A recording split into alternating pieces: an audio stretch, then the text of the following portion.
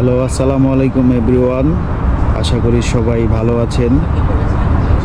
তো আজকে আমি ভিডিওটি করতেছি R15 version 4M Indonesian versus Indian.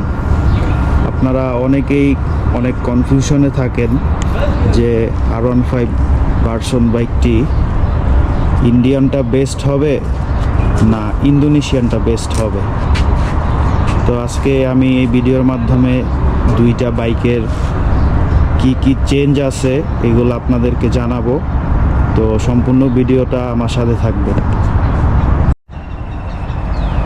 তো আমি আপনাদের সিম্পল কিছু চেঞ্জেস আজকে দেখাবো। ফার্স্টে যদি আসি চাবিতে, R15M ইন্ডিয়ান বাইকের চাবিটা হচ্ছে এইরকম, আর চাবির যেই সেটটা এটা এইরকম। আর যদি ইন্দোনেশিয়ানের দিকে আসি, ইন্দোনেশিয়ান বাইকের চাবিটা হবে এইরকম, আর চাবির লক সেটটা হবে এইরকম। তারপর যদি আসি ইন্ডিকেটর লাইটের মধ্যে ইন্দোনেশিয়ান ইন্ডিকেটর লাইটটা হচ্ছে এইরকম, যেটা ভার্সন 3 ইন্দোনেশিয়ানও সেমটাই ছিল। আর ইন্ডিয়ান বাইকে ভার্সন 3 ইন্ডিয়ানে যেরকম ইন্ডিকেটর ছিল এইরকম সেম ইন্ডিকেটরই রয়েছে। তারপরে যদি আসি টায়ার হচ্ছে ইন্ডিয়ান বাইকটার মধ্যে MRF টায়ার ইউজ করা হয়েছে, আর ইন্দোনেশিয়ান বাইকটার মধ্যে YRC টায়ার ইউজ করা হয়েছে। টায়ারের সাইজ সেম হলেও টায়ারের ব্র্যান্ডের মধ্যে পার্থক্য রয়েছে। তারপর হচ্ছে মাডগার্ড। ইন্ডিয়ান বাইকের সাথে স্ট্রোক বাইকেই মাডগার্ড আসে, এই মাডগার্ডটা দেওয়া হয়। আর ইন্দোনেশিয়ান বাইকের পিছনে কোনো মাডগার্ড দেওয়া হয় না, আমি এটা আলাদাভাবে লাগিয়ে নিছি। তারপর আরেকটা চেঞ্জের মধ্যে যদি আসি, সাইড স্ট্যান্ডের মধ্যে ইন্ডিয়ানটা একটা ভালো কাজ করছে, সেটা হচ্ছে সাইড স্ট্যান্ডের সাথে কাট আপ সুইচ দিয়ে দিছে। যখন আপনার বাইকটা ইন্ডিয়ান বাইকটা যখন গিয়ারে থাকবে তখন বাইকটা স্টার্ট হবে না। আর ইন্দোনেশিয়ানের ক্ষেত্রে সাইড স্ট্যান্ডে কোনো সেন্সর নাই, সেক্ষেত্রে আপনার গাড়ি যদি গিয়ারও থাকে গাড়ি অফ হবে না। তো এই ক্ষেত্রে ইন্ডিয়ান বাইকটা এগিয়ে থাকবে। আর ইন্ডিয়ান বাইকটাতে BS6 ইঞ্জিন ইউজ করা হয়েছে। BS6 ইঞ্জিন যা খুবই স্মুথ এবং চালিয়ে খুবই ভালো লাগে। আর ইন্দোনেশিয়ান বাইকটায় ইঞ্জিন B3 ইন্দোনেশিয়ানে যে ইঞ্জিনটা ইউজ করা হয়েছিল সেম ইঞ্জিনটা ইউজ করা হয়েছে।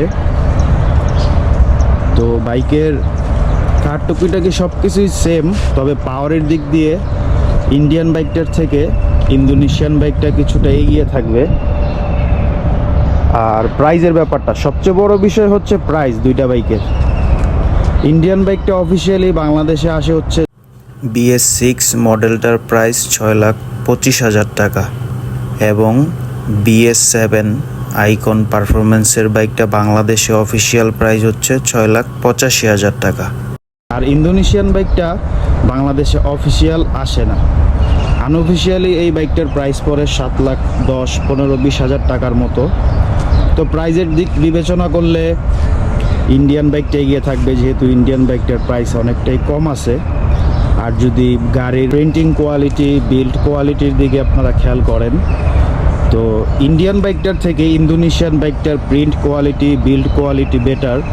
তো সেই ক্ষেত্রে যদি আপনি গাড়ির প্রিন্ট কোয়ালিটি, বিল্ড কোয়ালিটি যদি একটু বেটার চান, আর আপনার যদি প্রাইজের সমস্যা না থাকে, সেক্ষেত্রে আপনি ইন্দোনেশিয়ান বাইকটা দেখতে পারেন। আর যদি আপনার প্রাইজে একটু সমস্যা থাকে, তাহলে আপনার জন্য ইন্ডিয়ান বাইকটা ভালো একটা অপশন হতে পারে। ইন্ডিয়ান বাইকটাও ভালো, কারণ আমরা যেটা দেখতে পারছিলাম B3 R15 B3 যে বাইকটা, ওইটার বিল্ড কোয়ালিটি থেকে R15 B4 এর বাইকটার বিল্ড কোয়ালিটি অনেক ভালো করা হয়েছে। আর ইন্দোনেশিয়ান বাইকটার বিল্ড কোয়ালিটি R15 B3 ইন্দোনেশিয়ানে যেমন ছিল ভালো, B4এও সেমই রাখা হয়েছে। তো এখন ডিসিশন আপনার কাছে। আপনার যদি বাজেটে সমস্যা না হয়, আমি মনে করি আপনি লং লাস্টিং ইউজের জন্য ইন্দোনেশিয়ান বাইকটা আপনার জন্য বেটার হবে। আর যদি আপনার মনে হয় যে আপনি কিছুটা কমের মধ্যে একটা M চালাবেন, তাহলে আপনার জন্য ইন্ডিয়ান বাইকটা বেটার হতে পারে। তো ধন্যবাদ আমার সম্পূর্ণ ভিডিওটা দেখার জন্য।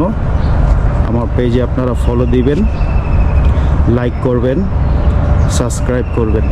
সবাই সুস্থ থাকবেন। আল্লাহ হাফেজ।